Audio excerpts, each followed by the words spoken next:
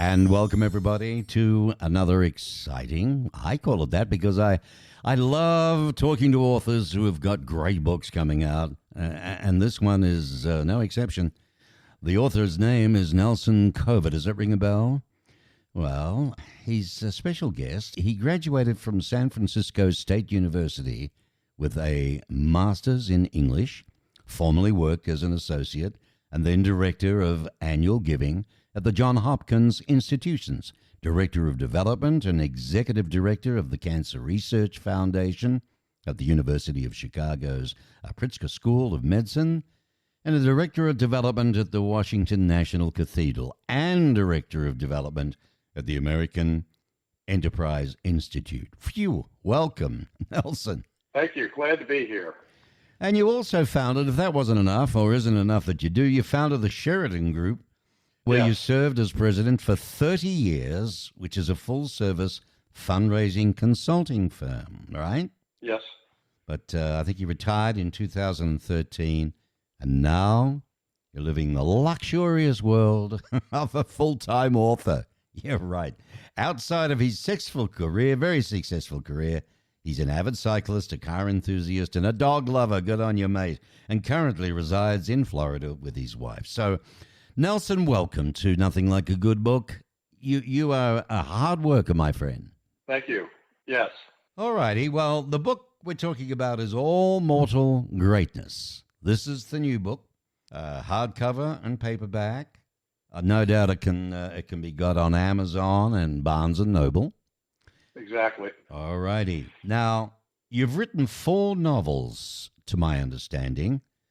Yes. And they were, tell me about Danced by the Light of the Moon. Tell us. Well, that was my first novel, and it's a novel about a group of 30-somethings that have a disastrous sailing trip in the British Caribbean, Virgin Islands. Wow. That sounds adventurous. Well, much of it happened to me. I was going to say, all right. So I took it and moved some more different characters in, and it's a harrowing tale, I can tell you. Oh, wow. Sounds good. What about From the Midst of Wickedness? That's the first novel in what I call the Sessions University series. These novels are about a university that just has some very difficult times. And one particular character is the narrator. And it then came after that, the second novel, From the Midst of Wickedness. A Matter of Circumstance. And then the third novel, All Mortal Greatness, which has just come out. Okay. All right. So that was The Midst of Wickedness. Then it's A Matter of Circumstance. Yes. So that book is also in the trilogy, or what? Tell us about A Matter of Circumstance. Well, that's a continuation.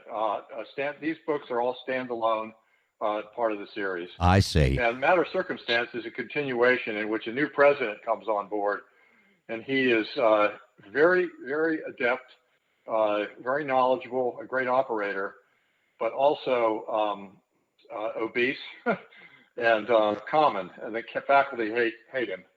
He also then, in his reign, begins to go into different corrupt practices, and is found out, and in the end, he is cashiered out of the university. Oh, boy. Well, they get rather in-depth and interesting. So, folks, just making this very clear, the current book in the succession of these books is All Mortal Greatness.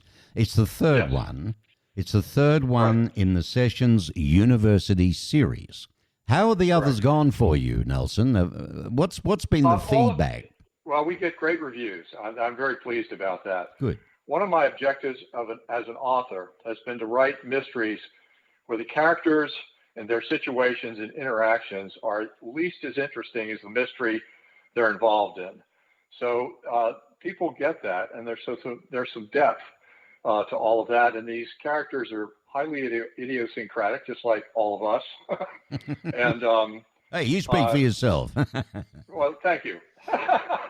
And they get involved in various situations, both personally and in the mystery. and we follow them along, and there are a lot of twists and turns as there are in life, and eventually they solve the mystery.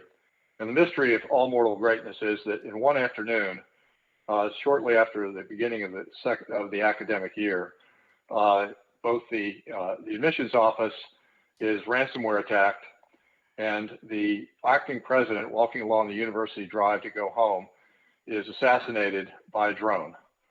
So are these two things connected? We don't find out till much later in the novel. And our team of our narrator, his best friend, and the chairman of the board, who they've developed a triumvirate, work to solve this murder over the course of the rest of the novel. I see. Okay. Now, well, gee, if you're getting the reviews you've been getting, your publishers are what, Epigraph Books? Yes. Yeah, they'd be pretty happy, wouldn't they? Very.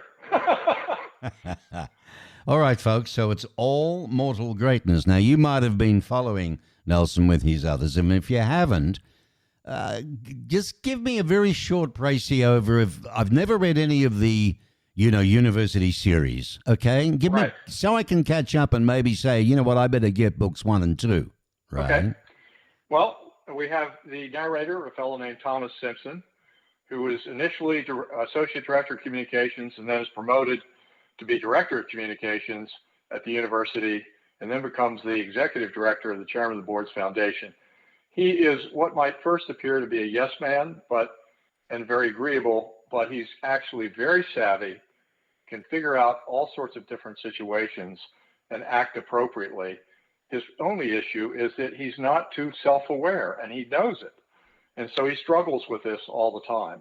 His best friend, Zoltan Vastag, is a director of research, cancer research, leading cancer researcher at the medical center. And he is a giant of a human, second generation Hungarian, a uncle to their children, to Thomas's children, and a best friend, yet while having a very off-putting and scary physical appearance. The third character is Mark Berger, who is a Jewish Bostonian multi-billionaire who has become chairman of the Sessions University Board. And he is a brilliant but very erstwhile character. And these guys work together to solve these mysteries. Okay, well, thank you for that, because it fills in a few little gaps for me, too. So I've got to, obviously following on is one thing, but what inspired you to write the book? I mean, when you did the first two, you obviously had in your mind that there could be a third or a fourth, right? Yes. Well, it's interesting. Although a number of my readers said we're looking forward to the third novel, I hadn't actually intended to write one. But my characters kept resurfacing at, as usual, and at completely inappropriate times, with scenes that would appear and with dialogue, et cetera, et cetera. So I eventually said, I better start figuring out what to do. These characters, living as they do in my head, want another novel, and they're giving me some hints about how this would all work. Well, there you go. So I had to sit down and figure out what's the plot, who's the villain, what happens in terms of, is there a murder, how would it be solved, what's the whole scheme here, and eventually came together with all of that. And this is a nice way of saying that my characters are very helpful, but in many cases they're pests. But you have to deal with that. Wow. And so the novel came from there. And once I get going, things tend to just go. And I'm often surprised by the surprises that are there. It hadn't occurred to me. Certain things hadn't occurred to me as I was writing, and all of a sudden I get to a part and I go, oh my God, that's what happens. So there's a big interaction between me and the characters. I spend about an hour and a half each morning, about 3 to 5 days a week writing with these folks. And then the rest of the time I go around trying to pretend I'm a normal human being instead of an author. Because people don't understand creativity. It's I don't either necessarily. No, it's another world, isn't it? Things just happen. Well, you're not one of these then, like me as an example, that gets these 3 a.m. blessed ideas and action steps to do and needs to get out and write a presentation, because that's what my guys and angels and everybody else work with me. At least you've got a normal day. By the sounds of things. Have you spoken to other authors about their writing habits at all? I am my own person, and I have my own knowledge of what I want to do. I do have a degree of creative writing, but that's really not a focus at all. I write these. The novels are not shown to anyone until I've absolutely finished and polished it, etc. Then there's still a lot of work to be done. But I do not interact with other authors. Maybe I should, but I don't want to be distracted, and I particularly don't want critique. I want to figure out all these things myself. Oh, fair enough. So is this book reflective of your own time spent at the university? Well, slightly. I have my own college, my own university experience. But over 30 years, our company had a number of college and university clients. And also, I worked for a policy organization in Washington, D.C., a number of cause organizations as clients. And overall, the overall experience of all of that, we had over 200 different nonprofit clients, figure into how I can put these things together. You know, often your characters are an amalgam of people you've experienced over time. Sometimes they just spring without circumstance, just out of your head, and all of a sudden you've invented a new character, and you went, "Wow, I didn't know that was going to happen." Right. So it's a very interesting process, isn't it? Eh? So let me ask you this, Nelson: how would you define greatness? Well, we have greatness. Anybody of reputation and achievement in a high order place, whether it be corporation, business, cause organization, military, politics, you name it. Those people are often, particularly if they're featured in the press frequently, become famous. And the issue with fame is that it means power, and power sometimes will combine with corruption and ambition, or greed and ambition. So one has to be it doesn't happen often necessarily, but unfortunately in our today's society, it happens more than I think it ever did in the past. So these are the issues that happen in universities, too, famous universities often. And what happens is universities, they're regulatory agencies for all those other organizations I mentioned, but universities really have no regulatory agency. So, and the board only knows what they're being told by the administration. Right. So something can occur there that's really corrupt and or espionage or et cetera. Whoa. And there's no one who's going to know unless you get a whistleblower. Yeah, because who answers to whom? Huh. Exactly. Well, I got to tell you, as an Australian, you know, a small island continent compared to America's size. I mean, there's more people in Texas than in Australia altogether. Yeah, but we're a big friendly mob. But anyway, when I first landed here some 20 years ago, I couldn't believe college ball, how big it was.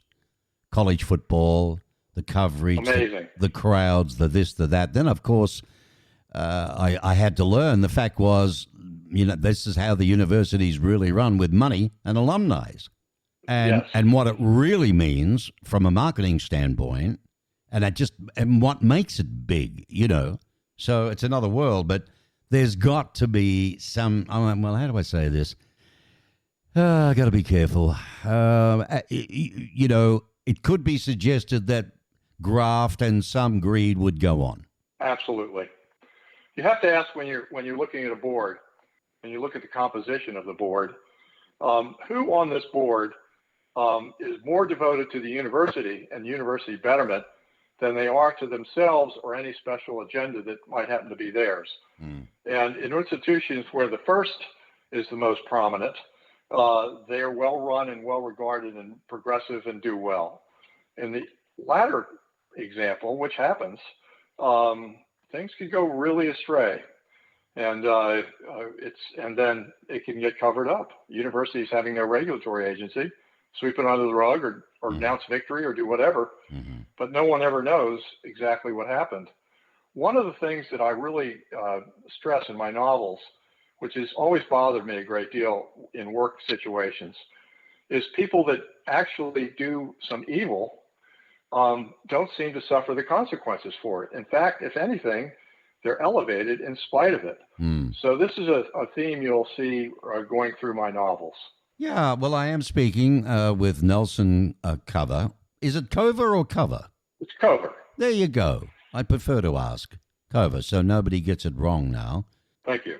Yes, it's important, but the book is called All Mortal Greatness, and it's the third, in his Sessions of University series.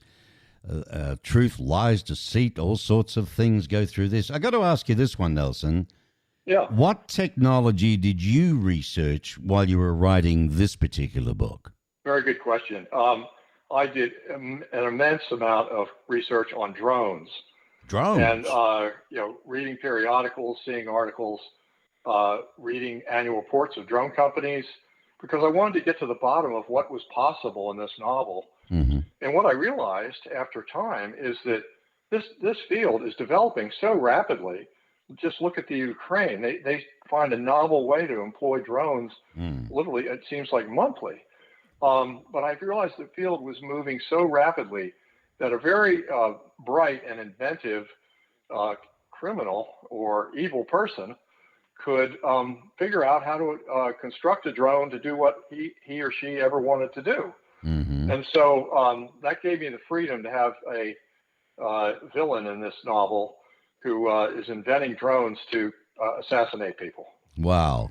Yeah, that's scary because I think... I should mention the other thing I did was research the FBI and their culture and what they are good at and what they are not so good at. Mm-hmm. And there's some very interesting books on that, because I had a key figure in the back end of the book, an FBI agent that got involved with the finding out this villain. And I was very pleased with how he developed. And that knowledge was also very helpful to the novel. Good. So do you believe that there are people who are able or willing to fight corruption? Absolutely. We see them every day, don't we? Well, do we? Thank God. Well, let's get more of them. Recently in Florida, and I won't go into this, but recently in Florida, a whistleblower in the Department of Environmental Protection blew the whistle on a scheme to put numerous golf courses in Florida state parks. Oh, needless to say, yes, I read all about this. Needless to say, the reaction was dramatic, and I think hopefully we won't see that in the future. But that's just one example, and my three compadres in the novel are certainly good people who want to see justice done. Mm-hmm. Yeah. Yeah, there's a lot of stuff goes on that the public just don't know about. We, the people. Exactly. Interesting times right now, that's for sure. So, very much. I've got to ask you, what inspired really the idea to write in a parallel universe? That's a very interesting question. In the contemporary world, the current issues with universities are best handled by journalists. First of all, a novelist tries to work on that. He's going to invent things and get sued. But the real deal is, just like in the 70s, these current turmoil, they will bring change. It'll probably be positive change over time, particularly with religious issues and respect for the other person. But in my case, I want to show a deeper set of problems that just occur within universities and that nobody seems to pay any attention to. I.e., you have secret programs going on all over the place. Most universities have a sponsored research program. What is that? That's contracts written with government, business, and other agencies, perhaps even foreign governments, that conduct secret work on behalf of their interests, and the university never discloses any of it. Same thing with contracts with professors and others at the university, from other agencies, et cetera, government, et cetera. And so I've seen this go on for a long, long time, and it amazes me that nobody seems to think that this is out of the order. We actually don't know. Well, who's game to take it on? But everything was brought to light recently, of course, with all the the rioting and carrying on at the universities and the Yeah. anti-Semitic situations going on in overseas, and the Well, students, what they're fed is unbelievable. These kids haven't got a clue of what's been in the past. But anyway, right. but the universities, yeah, it worries me. I mean, Australia, we've got more Chinese, I think, in the universities getting higher grades and degrees than anybody else. But I figured there had to be corporations involved with having the universities invent, create, finish off, stabilize, do something to do with the corporate world. Exactly. One of the things about a parallel universe is it allows you to really hone in on the problem in a very realistic and relevant way to the current situation without, with an example which is current and just makes all the sense in the world without dealing with the current problems and turmoil. Mm-hmm. So that's why you write in a parallel university. So when we talk about all mortal greatness, okay, the third in the university series, how Yes. did your main trio of characters originate? Well, it's interesting. In 2014, I'd finished my first novel, and I was casting. You finish a book, and you kind of there's a empty space there. You kind of miss your characters for starters. Mm-hmm. But I was looking to write short stories to find out where I needed to go next. And over a course of weeks, these two professors came out of the blue, more or less, just personalities I was thinking about. You And attracted them. You attracted them to you. well, let's hope so. And so I wrote a short story called Zoltan's Lie, Oh, and it's featured in my collection of short stories, Truth, Lies, and Deceit. right. And they worked so well. They were so real. They were really people, and the humor of them, the interchange, their wit was so attractive and so compelling. I said, I've got to find a bigger platform for these guys. So I thought back over my different work career, and eventually I came up with the idea there were two scandals that I was aware of that were really very serious. And I was able to bring them into the novel from the midst of wickedness and combine them so that they work together. And very serious corruption, espionage, etc. And I had Mark Berger, the chairman of the board, was a character from my first novel. So I brought him forward 15 years. I made him a billionaire from a currency trader. Mm-hmm. And I had to be an alumnus and vice chair of the board at Sessions University. And then these three guys started they were just natural as a team. They met each other, they loved each other, and they really got involved with helping the university. So that's how it all came about. Oh, interesting. Well, it is. It's like going into your mind, and studying and trying to understand how you think, how you write. Yes, thank you. Because a lot of people, I often wonder, with authors, do you sit down and think of the characters first? Do they come to you firstly, then you put them down and they've got names and you sort of think where they're going to get involved? But once you have them all in front of you, perhaps written down on paper or whatever, on cards or something, and you start writing, do you refer to those characters to continue the writing, or does the writing itself just flow? It flows. What happens is I had these three characters, I had this plot, and an opening just came to me where they're just sitting in the university club and they're talking and various issues, family issues, personal issues, et cetera, et cetera. And they're interrupted by the campaign consultant who is basically trying to seduce them into joining with the administration because the administration is corrupt and wants team players. So, and that just came. So once you have the start, it just goes on from there. And you have to think about where the next scene is going to be and what's going to happen and how this is going to work, Mm-hmm. and how's their family, how the families are involved, etc. And in my typical novels, I get through the first third. I know where that's going. Not so sure about the second third. and I have to wait a while, and then that will come to me. Mm-hmm. And the same thing with the ending of the book. That last third, eventually that comes to me. So it's a progressive working with these characters and figuring out how everything's going to happen, and introducing some twists and turns and surprises and discoveries as you go along. So why do you believe that ambition results in bad outcomes? I'm sorry, results in what? Why do you believe that ambition results in bad outcomes?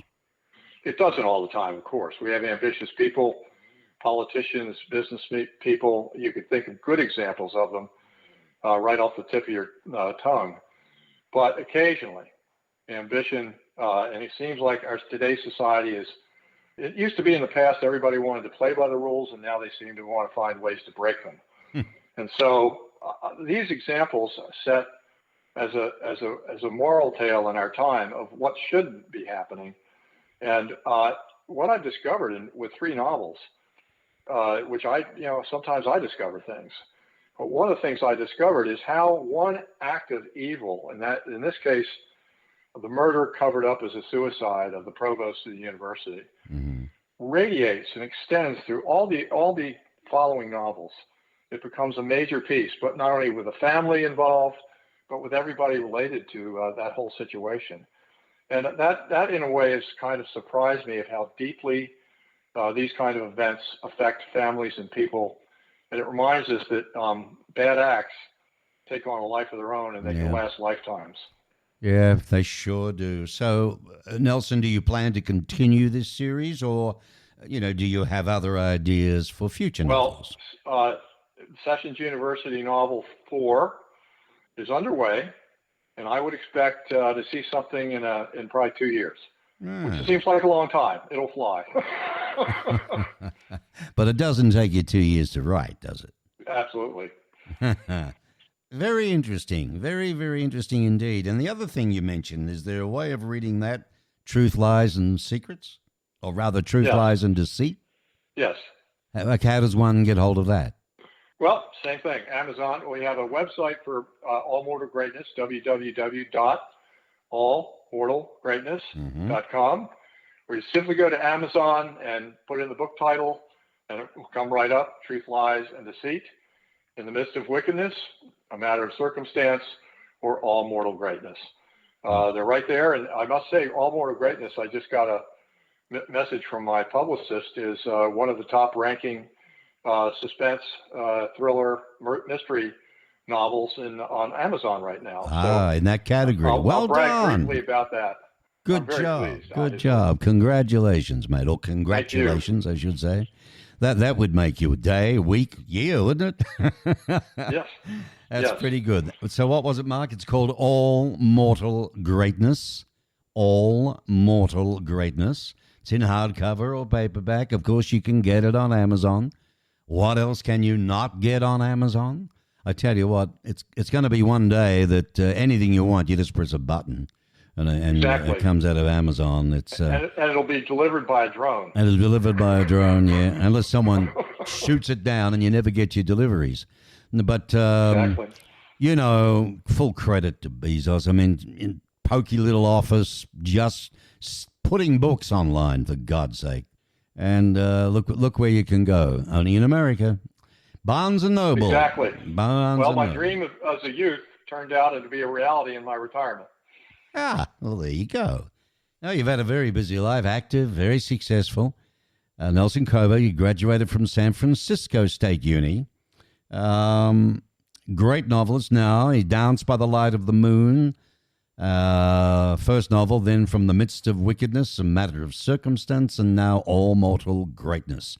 Collection of wonderful short stories. Truth, Lies, and Deceit is the other thing. So the best thing to do, as I suggest to people anyway, Nelson, is to go to your site, right? https. And if you don't, just dub for the moment, but there is coming a time where you won't be able to do that. You'll have to do https, semicolon, and so on. So it's all legal. And because there's so many scams, mate. People don't know of the crashing into computers and the, malware that is going on with major corporations. And that scares the devil out of me. because Absolutely. they've got our social security numbers, they've got all sorts of information, and it goes on every day. And still, corporations, need a smack across their head to do something about it. They just won't. They're just too slow, too slack, And I interviewed a top cybersecurity person the other day, does government work and everything. I couldn't believe what he told me. And it's made me change in things, even for home, just my own private computer. It's just unbelievable. But anyway, it's out with Epigraph Books. Good on you for having the guts to take him on. And now you've got another winner with All Mortal Greatness, which is now either number one or soon to be in the thriller series and murder series and all that collection on the Amazon. I forget what it's called, but you know what I mean. Okay, so but the best thing to do is Thanks so much, Mark. Go to his book, go to his website, because you can buy. Are you doing that? Can people buy directly from you?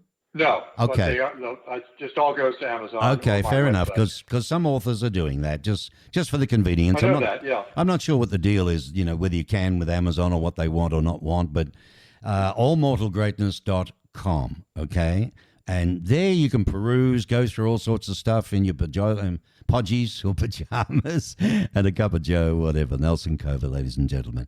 Been a pleasure, my friend. All the extreme very best. Stand by. I just want to check something with you, and then we'll chat again when you bring the next one out. Thank you, sir.